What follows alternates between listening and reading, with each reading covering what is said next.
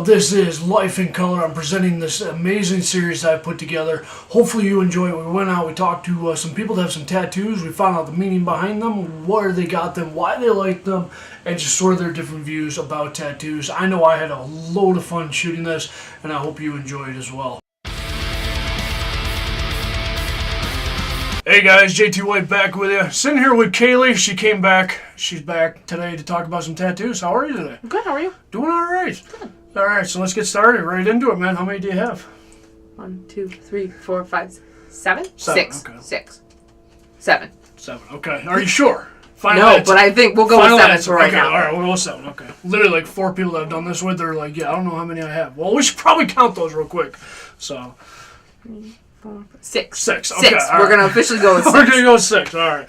All right. So obviously, I can see you got the owl over here on a stack of books. You got one on your foot, and then what else do you have? I have underneath, I have a door from The Hobbit. On the back, on my shoulder, well, in between my shoulder blades, I have sound waves of me, my mom, and my dad. On my hip, I have some funky design thing.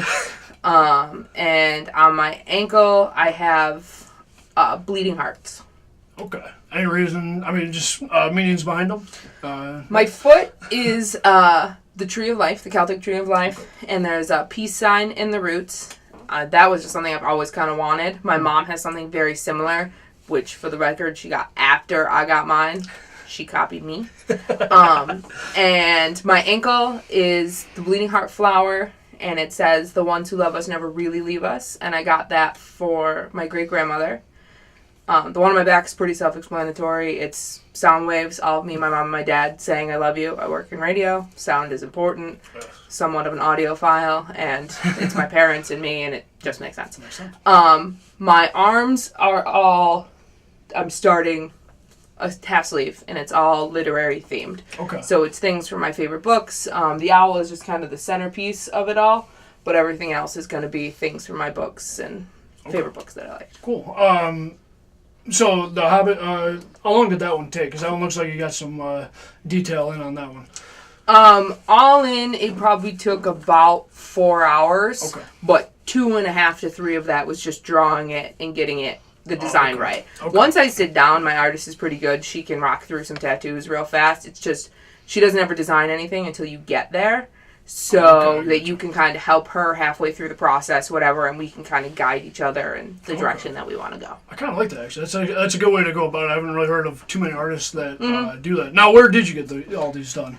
Everything but the one on my hip I got done at Nickel City Tattoo in Buffalo. Okay.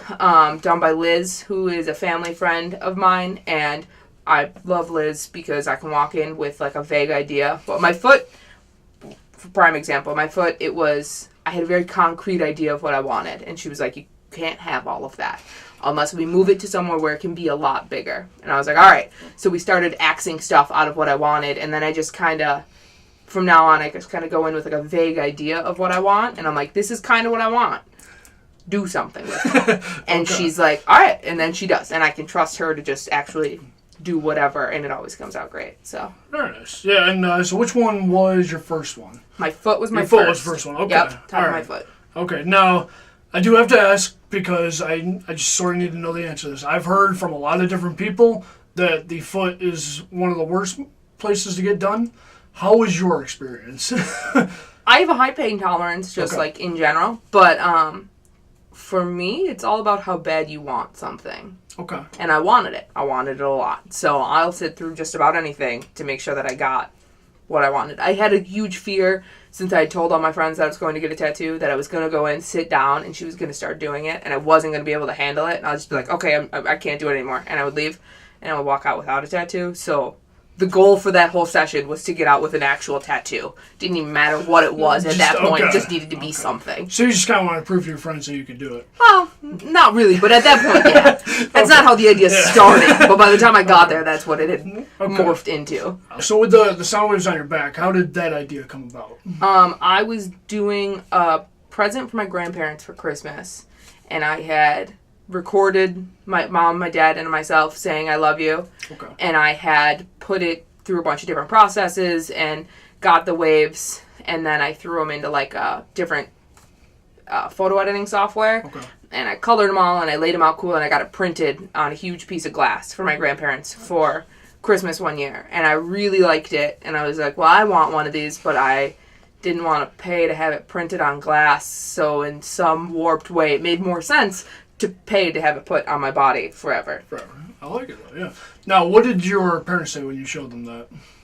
My mom's been cool with all of them. My mom has Okay. several tattoos. My dad is very anti-tattoo, anti-piercing, and at this point, he just kind of says whatever. He's not worth it to fight anymore. He's not going to win it anyway. No, so. at this point, no. I only ever asked him if I could get my first tattoo, and that was important to, like, go in. I had just turned 18. Okay. It was important for me to be like, you're okay with this. And now I just make an appointment, and after the fact, I'm like, hey, I got a new tattoo. And my dad's just like, okay, whatever. Okay. My mom usually goes with me, though, and hangs out, and we chat and whatnot. So what's next? I'm going to flesh out my arm with different books, because it's obviously literary themed, like I said. And I have all the books picked out, and I have all the images picked out from the books that I want. But each book I'm attaching to a quote, a favorite quote from that book. And I'm kind of stuck right now on my next one. For whatever reason, I've decided that Alice in Wonderland has to be the next piece in this.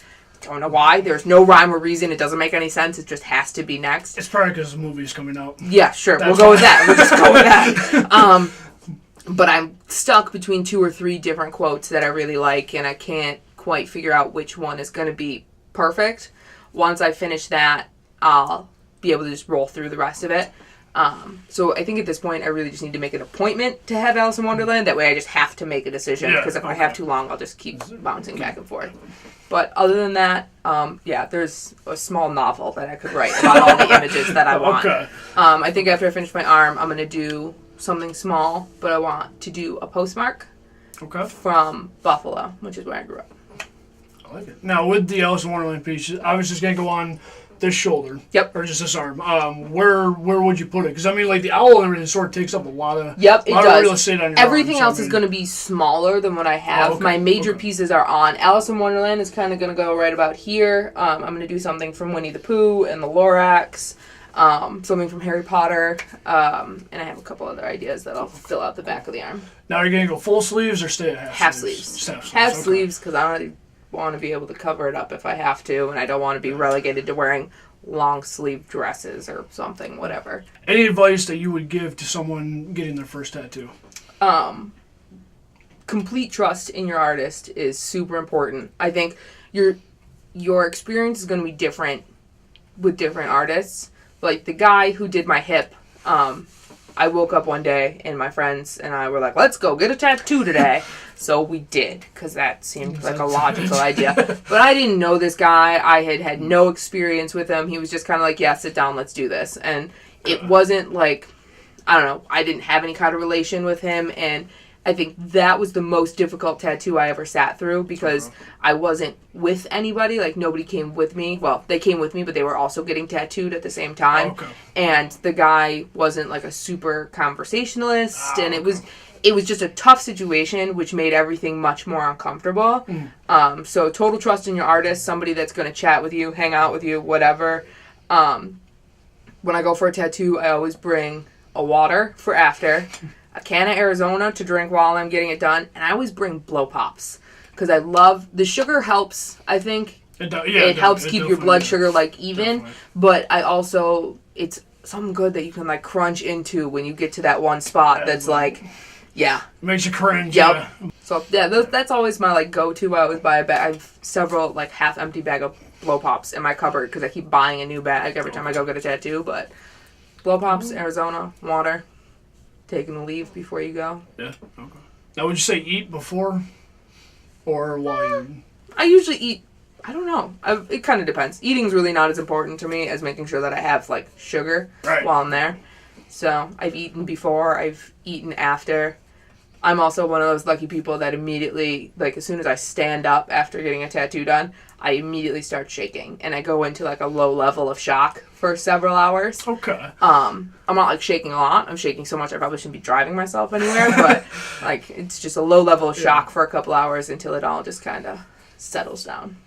Interesting. Not gonna lie. So any plans for this shoulder? Not yet. Not yet. Okay. I gotta save some sort of real estate for as I get older. Something tells me there's gonna be something that happens in the next 20 years that I will want to put on there. Definitely. Well, thank you so much for joining me and playing my game. So, yeah, cool. No problem. Thank you so much, guys.